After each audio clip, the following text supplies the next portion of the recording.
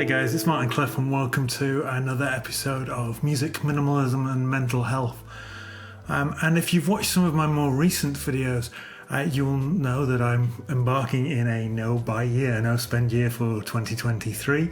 But it's kind of like that didn't just come to me as a thing. I didn't just see something online and make the decision. I've been trying to reduce my gear purchasing and general consumption of stuff over the last few years as part of my minimalism journey. But I thought it'd be interesting just to maybe review at this stage what it is that I bought gear-wise in 2022. I would say as a caveat before we go any further that I certainly sold a lot more than I bought. There was one very significant gear purchase in the year, which is something I've been working towards for a while, which was the Yamaha DTX-KX electric drum kit. I needed an electric drum kit because obviously living in an apartment, I know we were living in an apartment in Hong Kong, but I had other places where I could record back there. Here I don't have that, so I needed an electric drum kit instead of an acoustic kit. We've still got the acoustic kit at the moment. Some parts of it, some of the cymbals and one of the snare drums have gone to church. Some of the hardware is being used for the electric kit instead of the rack that comes with the kit. And some of it, the bulk of the acoustic drums will be sold at some point, but that hasn't happened yet because selling stuff in Romania is difficult for a whole variety of reasons. So we haven't figured out exactly when that will happen. It's not an urgent priority, but it is something we will be looking towards doing. And then I'm not going to talk in this video about the little things like jack plugs and volume pots and strings, the kind of consumables and general wear and tear items, just the significant items, and there really weren't very many.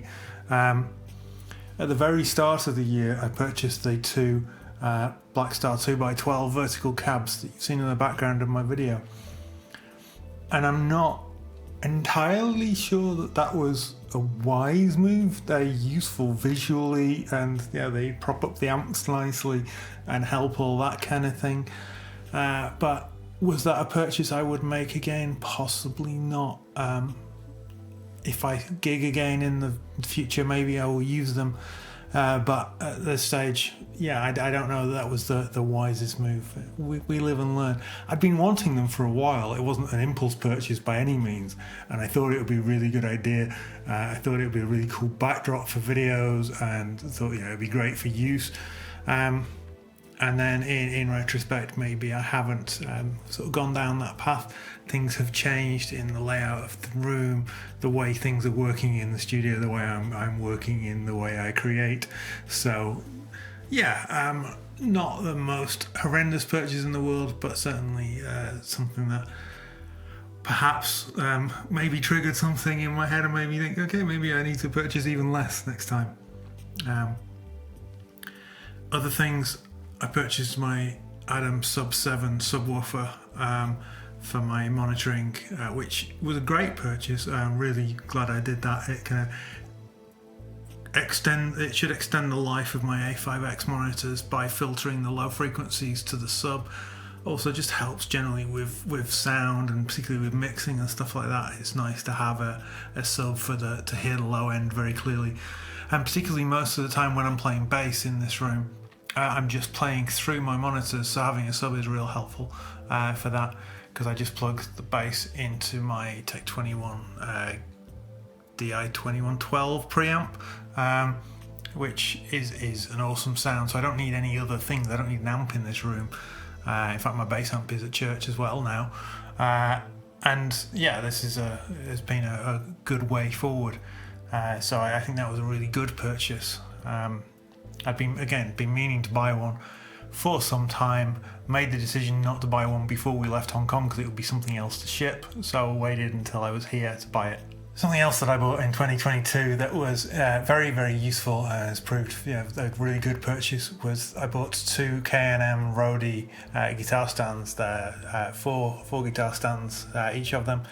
I was using Hercules kind of A-frame stands before, which are fine, but they do take up quite a lot of space in terms of floor space, and a bit of limited on space here. The K&M stands are much more sturdy. They have nice, clear, kind of non-marking grips for the necks. They're height adjustable. They work really well for guitars, bass, acoustics. So really pleased with those decisions. Still have the 2 Hercules stands at the moment, trying to decide what to do with them.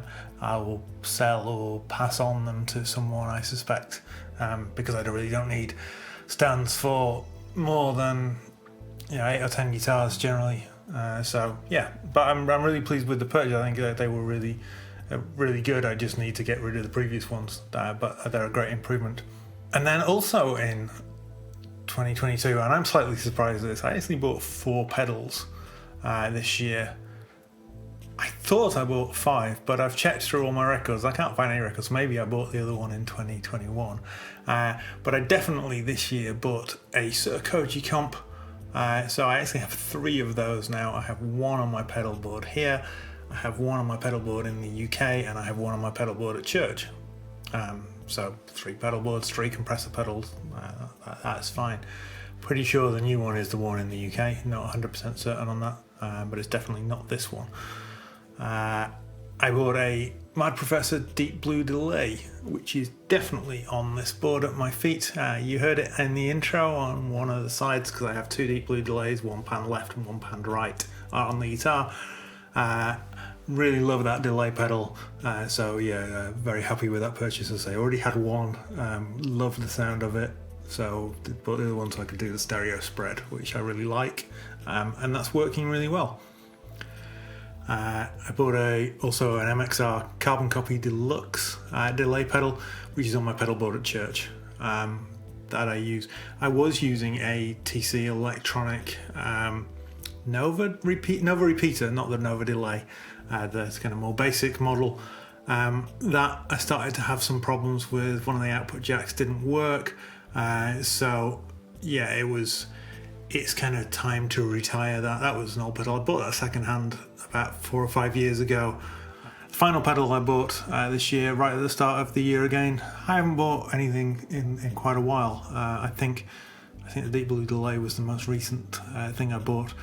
But I bought a Sir Rufus Reloaded. Got a good deal on Amazon on that. That was back in, I think, last January or February. Must have been January, because when I was in the UK. Again, been meaning to buy one of those for years, had never found one in stock. Either Toman didn't have one in stock when I was looking to make an order, or Unisound didn't have them in stock when I was there. So I'd been after one for a while, finally managed to pick one up. Really happy with that. It's not on a main board, it's on my kind of board that I have my fuzz pedals on, that I use when I need interesting creative sounds. But that's pretty cool. And I sold a whole bunch of fuzz pedals this year, so I don't mind that I've kind of added one to that. I basically have 3 fuzz pedals left. I have my Rufus Reloaded, and my Cattle and Bread Cats and Koenig, and that kind of ticks all the boxes for fuzz for me. 8 items, 10 items in total, 2 cabs, 2 guitar stands. The biggest purchase obviously was the drum kit, but that's where we're at.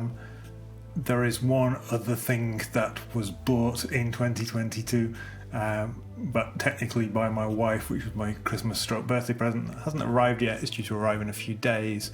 In fact, possibly today on the day you're watching this video, which is a little tiny Phil Jones, is it the X4? It's the tiny little bass amp. Yeah, Phil Jones X4 Nano bass. Basically, I wanted something that I could carry in one hand and take to lessons. I'm doing a bit of private tuition, so I wanted a very small practice amp that was still decent quality, and that is the lightest practice amp on the market. I think it's like 2.5 kilos. That's 5.5 pounds. So it was an easy decision to go for that one. It's also Bluetooth speaker and stuff like that. But as I say, that was a present. So. Yeah, that's it. Say a few bits and bobs of cables and stuff like that, but I've pretty much had everything I needed along those lines. And yeah, there are no plans to buy any gear in 2023. I I'm umming and ahhing about what to do, because in some ways it would be nice to have a 4-string bass for teaching.